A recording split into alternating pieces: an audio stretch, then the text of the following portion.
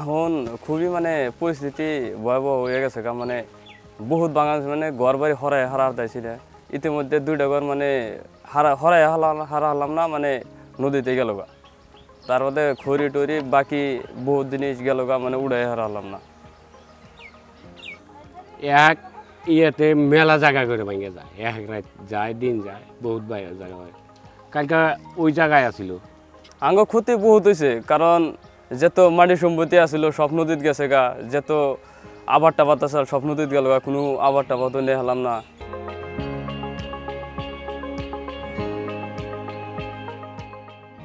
পুরালটি হয় লখনৌ গেছে কেউ দিল্লি গেছে মানে একজন নিয়ে গেছে কে গুয়াহাটি আছে কে লখনৌ আছে কে দিল্লি আছে কে চেন্নাই গেছে জায়গায় জায়গায়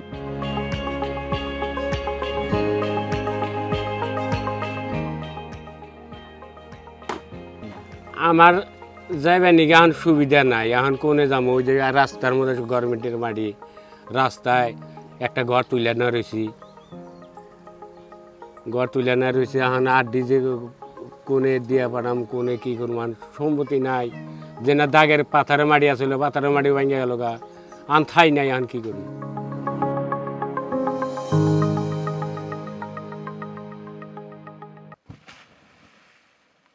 একটা এমএলএ আসে না একটা